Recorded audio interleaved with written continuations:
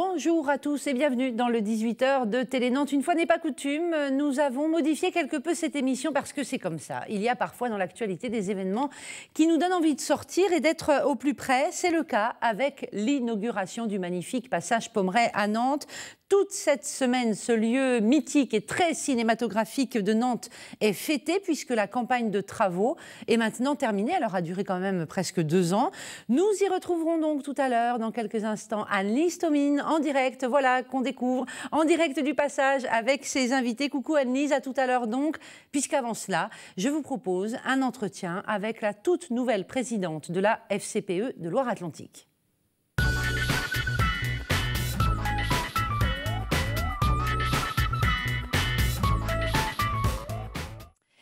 Et son nom à cette nouvelle présidente, c'est Marie de Guiral. Bonjour à vous et merci d'être avec nous. Cécile. Vous êtes donc depuis le 3 juin la nouvelle présidente de la FCPE 44, une grande fédération de parents d'élèves. Et il se trouve que récemment, fin mai, la FCPE au niveau national a traversé une crise de gouvernance avec la non-réélection de son président sortant, ce qui est exceptionnel. Oui. Une crise de fond aussi sur le positionnement même de la fédération que la base, donc les parents, trouvent parfois trop proche du gouvernement. Bref, est-ce que la FCPE de Loire-Atlantique est confrontée au même problème et au fond, est-ce que votre élection s'inscrit dans ce même cadre de crise ou pas du tout ? Effectivement, mon élection à la présidence de la FCPE 44 s'inscrit dans une crise, mais une crise qui est différente de la crise rencontrée par la FCPE nationale, toutefois avec un peu la même toile de fond, puisque ce sont un peu les réformes de l'éducation, la refondation de l'éducation. Donc on avait traversé une période de tension avec la réforme des rythmes scolaires, et actuellement nous sommes aussi en forte période de tension avec la réforme du collège. Donc sur la Loire-Atlantique, nous avons aussi traversé une période de crise de gouvernance. Ça arrive dans les associations. C'est arrivé chez vous. C'est arrivé chez nous. On a surmonté ça. Vous avez surmonté ça et ce qui est particulier, c'est que voilà, vous êtes nouvelle présidente, vous savez d'emblée que vous n'êtes là que pour un an, oui, puisqu'il faut avoir un enfant scolarisé pour être à la FCPE. Oui. Or, vous, votre dernier enfant est en première. Oui, tout à fait. Donc, dans un an, vous savez déjà que vous quitterez la FCPE. Voilà. Dans un an, je passe la main. Voilà. Donc votre rôle, c'est quoi? Vous avez un an pour remettre de l'ordre et remettre tout le monde au boulot ou en ordre de marche? Un peu pour redynamiser redynamiser le conseil d'administration. C'est aussi pour un peu former les nouveaux parents qui sont administrateurs quand même. Oui. 15 nouveaux parents administrateurs sur les 19 du conseil d'administration. Et nous sommes quand même une grosse association puisque nous avons plus de 3500 adhérents. Ouais. Donc il y a une gestion importante et il est important d'avoir des notions quand même de gestion de cette association.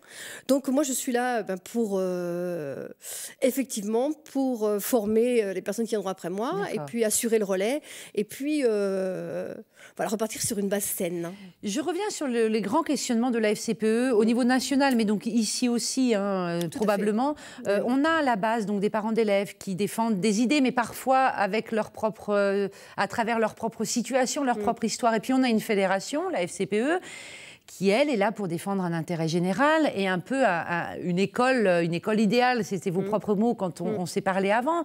Les deux, on peut concilier les deux, les intérêts des parents et l'intérêt général ? Je pense que c'est tout à fait conciliable, mais ce qu'il faut, c'est avancer dans la concertation. Je pense qu'on ne peut pas faire de réforme. La réforme du collège, tout le monde est d'accord pour dire qu'il en faut une, qu'elle est urgente, qu'elle est nécessaire, mais elle ne peut pas se faire n'importe comment. Il faut partir de ce qu'on constate actuellement, des limites de ce qu'on constate. Il y a quand même trop d'enfants qui actuellement restent sur le bord de la route, quand même. Surtout après le primaire et surtout après le collège. Enfin, c'est compliqué pour nombre d'enfants. Et donc, effectivement, il faut se remettre en question. Mais en même temps, il faut être à l'écoute de ce que les parents, de la réalité et puis des besoins des parents et des familles. Est-ce que vous parlez de la réforme du collège? Mais on le sait, la FCPE est plutôt favorable à cette réforme. Et par exemple, dans ces mesures un peu précises qui consistent à dire on va supprimer les classes de latin ou de grec, c'est un exemple, ou de langue renforcée, parce que finalement, ces classes ne concernent qu'une minorité d'élèves et sont sont un peu élitistes quand même. Certains parents ne comprennent pas ça. Et effectivement, bon, il y aura toujours des enseignements de latin, latin, de grec, et heureusement, et des enseignements de langue régionale, et heureusement. Mais effectivement, comme les établissements auront une certaine autonomie, il est à craindre que cette offre sera moindre et dans moins d'établissements. Et donc, effectivement, ça va pénaliser. Je pense qu'il est important de ne pas tirer vers le bas et d'offrir quand même un panel d'enseignement très, très large pour que ça respecte le parcours de chaque enfant. Il y a des enfants qui sont en difficulté, mais il y a des enfants qui vont bien et des enfants qui ont besoin d'être stimulés, d'être accompagnés. Et je pense qu'il faut accompagner tous ces jeunes-là. Et donc, il faut donner ce qu'on n'arrive pas trop bien à faire actuellement. Actuellement, vous le dites, oui, beaucoup restent sur le bord de la route et sont en échec. Actuellement, on se rend bien compte que, par exemple, des enfants qui ont des parcours différenciés, ne serait-ce que pour les élèves dyslexiques, voilà, on se rend compte qu'ils ont normalement, ils ont des enseignements, ce qu'on appelle des PAI, donc des projets adaptés, individualisés, et on se rend compte que déjà cette mise en place est compliquée et que des enfants qui normalement sont déjà identifiés, on a du mal à mettre des dispositifs dans les établissements actuellement. Donc, il faut travailler là-dessus et il faut donner les moyens, justement, que chaque enfant, avec quel que soit son parcours, ait les moyens de réussir. Un dernier mot sur un mot que vous avez prononcé, concertation. Est-ce que c'est si facile que ça de mettre tout le monde autour de la table? La FCPE est une fédération très reconnue par l'Éducation nationale. Voilà, vous participez au débat. Mais est-ce que c'est facile de travailler ensemble et d'avancer dans un même sens pour atteindre un consensus, au fond? C'est très difficile d'obtenir un consensus, mais pour autant, je pense que par la concertation, en mettant les gens tous autour d'une table, on peut avancer. On n'arrive pas évidemment à quelque chose de forcément optimal, mais je pense qu'on peut avancer. On s'en est bien rendu compte avec les rythmes scolaires, les communes où il y avait vraiment de la concertation entre les mairies, les enseignants, les parents. Ça s'est bien passé pour elle, en fait. Bien passé, pas forcément bien passé. En tout cas, mieux. C'est compliqué, mais beaucoup, beaucoup mieux passé et avec beaucoup plus de sérénité. Et donc, la réforme du collège, c'est pareil. Il faut que tout le monde se mette autour d'une table, mais je pense qu'il faut qu'on écoute. Et puis accepte les changements aussi. Peut-être. Voilà, il faut accepter les changements. Mais de toute façon, les changements, ils sont nécessaires. Ils sont vraiment nécessaires. Il en faut. Merci beaucoup à vous, Marie de Guirald, d'être venue nous voir. Donc, nouvelle présidente de la FCPE 44. Bonne année de mission à la tête de cette fédération dans le département. Je vous propose maintenant de partir retrouver Anne-Lise Thomine. D'accord, au revoir.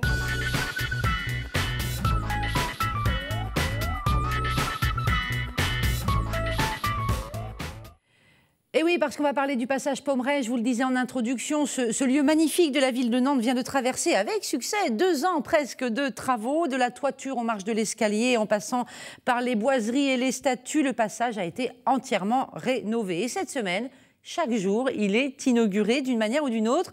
Eh bien, nous aussi, on a eu envie de l'inaugurer en vous le faisant visiter. C'était la plus simple des idées. Et pour ça, on a Anne-Lise Thomine et Olivier Caillé qui sont sur place en direct depuis le passage, avec normalement un tas d'invités qui vont nous permettre de découvrir la nouvelle beauté retrouvée du passage. Anne-Lise, c'est à vous. Et oui, vous l'avez dit, le passage Pommerais a retrouvé son lustre d'antan après 2 ans de travaux. Il avait ouvert en 1843, ça fait déjà un petit moment. C'est monsieur Pommerais, le notaire, qui est là à l'entrée, qui avait eu l'idée de ce passage couvert qui était très à la mode à l'époque. Et ça faisait aussi 170 ans qu'il n'y avait pas eu de travaux de cette ampleur. C'est dire l'importance de cette rénovation pour le passage Pommerais, qui est un passage bien apprécié, bien connu des Nantais et des touristes également, qui a été le cadre de films de Jacques Demy. On pense à Lola, on pense à Une chambre en ville. Et puis récemment aussi le décor d'un dîner secret dans le cadre du voyage à Nantes. Voilà, c'est tout ce qu'inspire aussi ce passage Pommerais, qui est un passage privé, à la fois commerçant et à la fois habité. C'est vrai qu'on l'oublie et on va le découvrir un petit peu ce soir, tous les changements qu'il y a eu. Et je vous propose d'abord de commencer, Olivier Caillé, si vous voulez bien me suivre. On va aller découvrir deux artisans d'art qui ont participé justement à la rénovation du passage Pommerais, que sont, alors j'ai noté, Bernard Brénu, qui est ferronnier, et Thierry Pierre, qui est peintre, et qui ont participé donc à la restauration de ce passage Pommerais. Bonsoir messieurs, on va d'abord parler de votre travail à vous de ferronnier. Vous avez notamment participé à la rénovation, alors c'est pas vraiment le mot, même à la reconstitution de ces luminaires. Dites-nous un peu ce que vous avez fait. Alors, ces luminaires, d'accord. Ces luminaires, nous n'avions qu'un exemplaire qui était un original, qui était cassé, qui était bien abîmé, avec des parties manquantes. On a refait à l'identique ce luminaire en utilisant de l'argile, de la terre. On a refait une sculpture complète. On l'a... Parce qu'ils existaient à l'origine, à l'ouverture du passage, mais ils avaient été disparus en 1930 et là vous les réhabilitez. Voilà, c'est-à-dire qu'en 1930, on a retiré les luminaires pour mettre à la place des petits losanges qu'on voit là-haut. Bien entendu, quand on a retiré les miroirs, on a retrouvé les emplacements exacts de ces luminaires, ce qui fait qu'on a remis les luminaires exactement à leur place, tels qu'ils étaient auparavant. On a l'impression qu'ils ont toujours été là. C'est ça qui est fascinant. Vous le disiez aussi tout à l'heure, c'est que voilà, les gens arrivent, ils font c'est bien que vous les ayez nettoyés. Voilà, les gens sont très contents qu'on ait nettoyé le passage Pommerais, sans se rendre compte qu'effectivement, en fait, on est revenu à l'identique du passage Pommerais tel qu'il était précédemment. Alors bien entendu, c'est le travail du ferronnier, c'est le travail aussi du peintre, c'est le travail du menuisier, c'est le travail d'équipe, de toute une équipe qui a l'habitude de travailler sur des monuments historiques. Là, les ferronneries, elles sont peintes. Ça a été fait par Thierry Pierre et son entreprise, comme tout ce qui a été fait aussi. Le luminaire que j'ai au-dessus de ma tête, lui, a été fait strictement à l'identique à partir de gravures avec des dessinateurs de l'agence AUP. L'agence de Yves Steph, qui est l'architecte qui a conduit les travaux. Voilà, l'architecte qui est le management en fait de tous ces travaux a toute une équipe aussi avec lui, comme nous on a des équipes et on a travaillé en étroite collaboration de manière à réaliser tout ce que vous voyez là. Et c'est vrai que quand les gens nous disent vous l'avez nettoyé, ça nous satisfait quelque part parce que c'est vrai que du coup on ne voit pas exactement le travail qui a été fait, mais c'est vrai que c'est un peu frustrant parce qu'on ne voit pas tout à fait le boulot qu'on a fait. Quoi. Voilà, c'est pour ça qu'on est là ce soir pour dire tout le boulot que vous avez fait justement. On a vu passer Yves Steph aussi derrière nous à l'instant, mais on va dire un mot aussi avec Monsieur Pierre de l'entreprise Lacan, donc qui a participé à la peinture. Alors vous avez repeint quoi en dehors des ferronneries de Monsieur Brénu? Écoutez, on a repeint toutes les boiseries. D'abord, on est allé voir les anciennes couches de couleurs pour voir ce qui avait été fait au fil des époques. Donc on va chercher un petit peu l'histoire, un petit peu des peintures. On a fait la même chose sur les fenêtres. Et puis sur tout le reste, c'est-à-dire tous les reliefs, toutes les parties mon collègue. En pierre et en staff, on a appliqué des badigeons de chaux pour mettre justement une peinture minérale. C'est ce qui correspond mieux à ce type de support en fait. Et vous avez réussi à retrouver les matériaux d'antan ou alors vous vous adaptez aux matériaux modernes justement? Alors on est obligé de faire un compromis, c'est-à-dire sur les boiseries par exemple, on est obligé de travailler avec des peintures qui ont l'aspect des peintures d'autrefois, c'est-à-dire des peintures qui n'ont pas un aspect industriel, qui sont des peintures sans tension, ce qu'on appelle sans tension, pas trop brillantes pour pas que ça fasse carrosserie de voiture si vous voulez. Et puis on essayait de faire une harmonie aussi entre les différents matériaux comme justement les pierres, les staffs, le bois qu'on a intégré avec des patines à la chaux pour qu'on ait un petit peu l'impression que tout ça est un ensemble en fait. On imagine que vous avez rarement de tels chantiers à faire. Hélas, il n'y en a pas souvent, on aimerait bien, ouais. Mais ça a une saveur particulière de travailler sur le passage Pommerais, évidemment. Oui, l'entreprise nous est à 10 km de Nantes, au sud de Nantes, donc forcément, on est content d'avoir été choisi pour faire le chantier, oui, ça c'est sûr.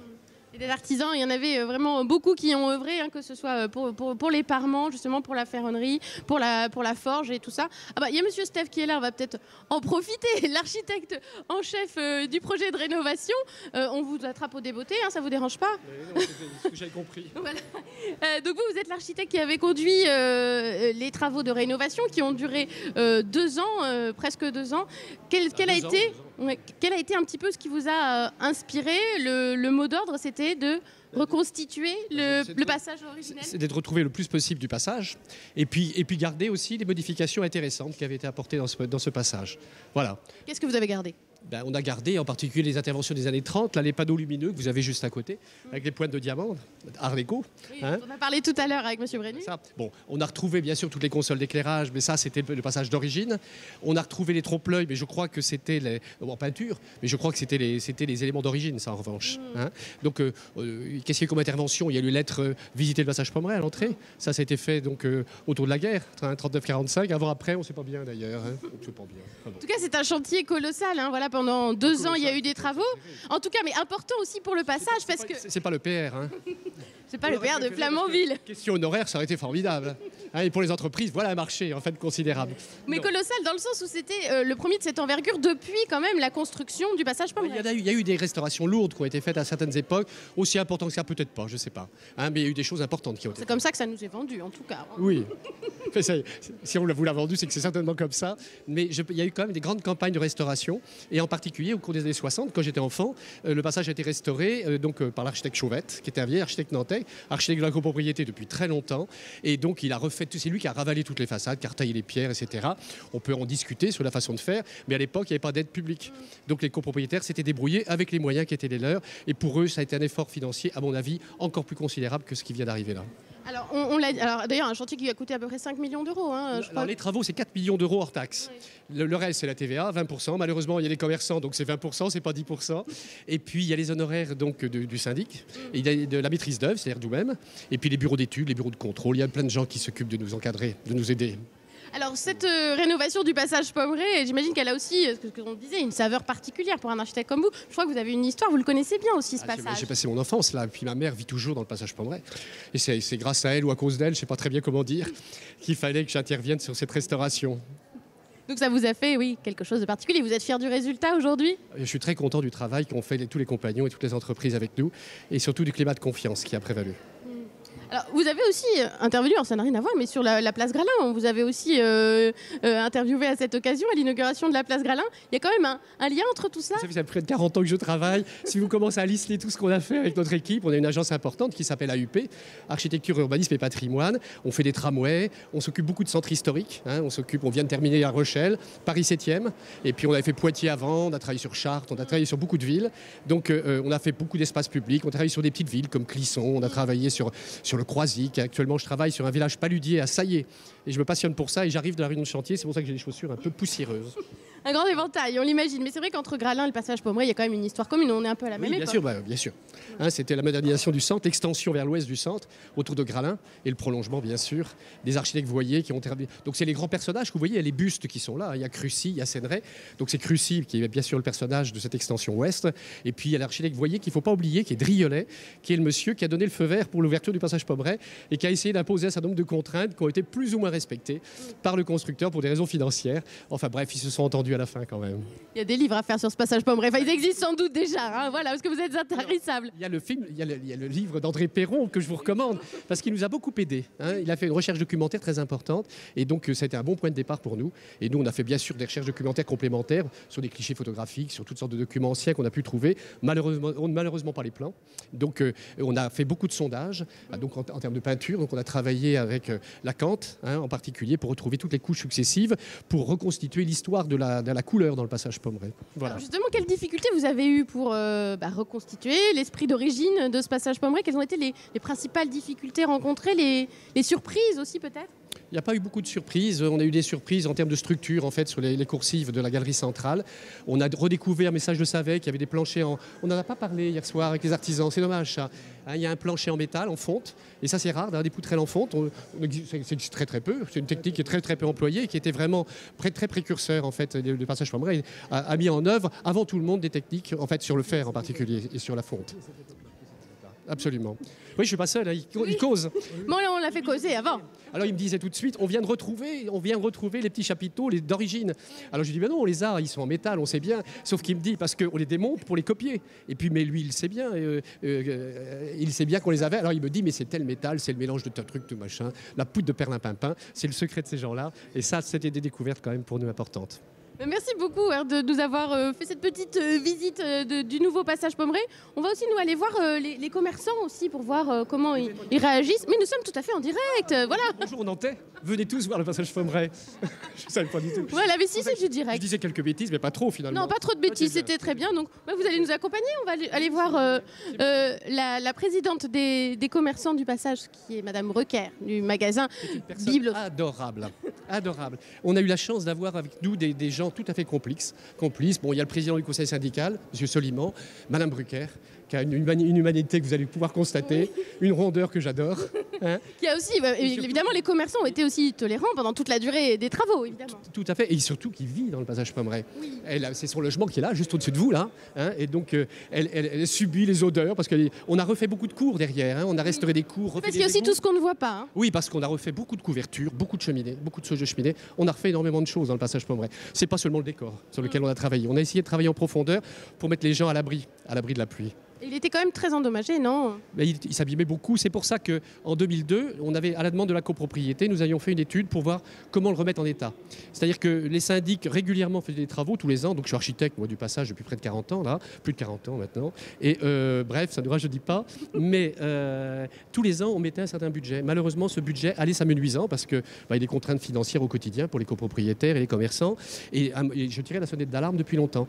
Et c'est à la suite de ça, de ce constat, les élus donc se sont intéressés au passage. Il y a ce projet de galerie nouvelle que nous avions initié puisque je suis l'architecte urbaniste du secteur sauvegardé du centre-ville. Et donc c'est une proposition que nous avions fait dès les années 75 d'ouvrir cette galerie. La galerie Santeuil, hein, qui ouvrira en mars 2016. Je ne sais pas comment elle s'appellera. Si vous connaissez son nom, vous bravo. Bah, il semblerait. Ah bon, je ne savais pas. Le passage Santeuil. Le passage Santeuil. Peut-être le nom de code pour l'instant. Ils en discutent tous en ce moment. C'est pas encore arrêté puisqu'ils ont pris du retard par rapport à nous. Et donc on a, avec cette opération, que ça a été le prétexte pour que la ville nous accompagne et puis soutienne l'opération financièrement. Voilà, et puis voilà, on voit le résultat, ça vaut quand même, ça valait le coup dans tous les sens du terme. On va aller retrouver justement Madame Bruckner, merci beaucoup, on va libérer Monsieur Steph, qui fait une visite à 18h30. Hein. Voilà, il y a des visites aussi pour les patients, les Nantais, les Nantaises qui ont envie de découvrir le passage Pommeraye nouvelle version. On va voir si Madame Bruckner est dans le coin. Alors non, elle n'est pas là. Voilà, alors ça c'est les aléas du direct comme on dit. Elle n'est pas là, Madame Bruckner? Non? Eh bien, c'est pas grave, on va essayer de la trouver peut-être à un autre endroit. Et également, interroger aussi les passants. Non? Je n'ai pas le droit de bouger davantage? Très bien.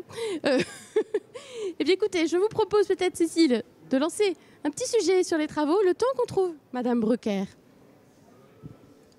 Les marches du passage Pommeraye sont fatiguées. Tout Nantes les a foulées. Le cinéma notamment, à l'image d'Anouk Aimé, photographiée par Agnès Varda sur le tournage de Lola de Jacques Demy en 1961. Aujourd'hui, 53 ans plus tard, ces ouvriers s'affairent, l'escalier est repeint, les marches ont été enlevées pour être remplacées, tout cela dans la plus pure tradition du passage Pommeraye. On remplace tout ce qui est vieux, tout ce qui est usé, mais on fait un travail dans l'esprit du passage Pommeraye, dans le respect des monuments historiques, c'est-à-dire qu'on dépose les marches existantes qui sont vraiment très usées et on les remplace par des marches bois massif, bien entendu, en chêne, mais pré-patinées, qui ont un aspect un peu vieilli, qui sont vraiment dans l'esprit du passage. On essaie de remplir les mêmes matériaux qu'à l'origine, donc on le fait vraiment à l'identique. Les anciennes marches ont rempli leur mission, place à la nouvelle génération. Ce lundi matin, l'escalier était donc fermé. Les jours suivants, les menuisiers seront à pied d'œuvre tôt le matin, avant l'ouverture au public. Charpente, façade et maintenant escalier. Petit à petit, la restauration du passage Pommeraye avance, mais il faudra encore 6 mois de travaux pour donner au lieu son éclat originel. Voilà, c'était un reportage réalisé par Jean Annex en septembre dernier. Vous l'avez compris, au moment où les travaux concernaient plus particulièrement les escaliers du passage Pommeraye. C'était intéressant de revenir à cette période, de se replonger un petit peu dans l'ampleur des travaux. Vous l'avez compris maintenant, c'est terminé. Le chantier est livré et ce passage Pommeraye est donc inauguré toute cette semaine. C'est pour ça qu'on a Anne-Lise Thomine en direct du passage. On va vérifier si Anne-Lise a retrouvé son invitée, la présidente de l'association des commerçants du passage Pommeraye. Alors Anne-Lise a-t-elle retrouvé son invité ou pas? J'attends quelques secondes. Oui, coucou Anne-Lise, elle est toute seule. Mon invitée était en train de prendre un verre à la passagère, car il y a évidemment aussi un bar dorénavant dans le passage Pommeraye. On peut boire un verre et c'est ce qu'elle était en train de faire. Elle va nous rejoindre. Mais en attendant, on s'est dit qu'on allait aller voir peut-être des passants. Bonjour messieurs, que pensez-vous de ce nouveau passage Pommeraye rénové? Très joli, oui. Très joli. Qu'est-ce qui a changé à vos yeux? Parce qu'il y a des gens qui ne voient pas les changements. En fait, moi j'ai travaillé ici, donc vous n'avez pas de chance. Je sais ce qui a changé vraiment. Je travaille dans le plâtre, donc nous avons travaillé sur les plafonds des paliers. Donc oui, vous êtes un artisan d'ici alors. Oui, je sais que ces plafonds ont changé. Les couleurs sont toutes redevenues neuves, naturelles et neuves. Et voilà. Ce n'était pas un passant ordinaire, finalement. Donc on va voir. Madame Bruckner est avec nous, finalement. On va se rapprocher, parce que nous sommes en direct grâce à la technologie, mais la technologie a des défauts également. Alors, contente de ce nouveau passage en tant que présidente de l'association des commerçants? Oui, très contente. Je trouve qu'il est beau. Qu'est-ce que vous en pensez, vous? Moi, je le trouve très beau aussi. Voilà, ça a été 2 ans pas très faciles. Il y a eu des périodes plus difficiles que d'autres, mais on a vraiment travaillé tous ensemble avec les artisans, avec la mairie, avec l'architecte, avec aussi les commerces qui devaient rester ouverts, les habitants. Tout le monde a vraiment mis beaucoup de volonté à ce que ça se passe bien. Et ça s'est super bien passé. Et aujourd'hui, donc, vous marquez le coup cette semaine avec des tas d'animations aussi pour remontrer aux Nantais qu'il est là le passage. Hein. Voilà, tout à fait. Aujourd'hui, c'était la journée des enfants. Donc, on a eu maquillage, on a eu magicien, cours de cuisine, tout gratuit pour les Nantais, pour leur faire découvrir aussi aux futurs passants voilà, le monument qu'est le passage Pommeraye. Merci beaucoup, Madame Ricard, d'avoir été avec nous. On a eu du mal à vous trouver, finalement. Et voilà. Et du coup, on va devoir déjà rendre l'antenne. En tout cas, on invite tout le monde à venir visiter ce nouveau passage Pommeraye rénové. Ça vaut le coup, franchement. Merci beaucoup, Anne-Lise Thomine, en direct du passage Pommeraye. Merci à ses invités et en particulier à Yves Steff, l'architecte qui a mené tous les travaux. Merci pour cette visite très privilégiée, ces rencontres inattendues et bien sympathiques. À bientôt sur Télé Nantes. Bonne soirée à vous tous.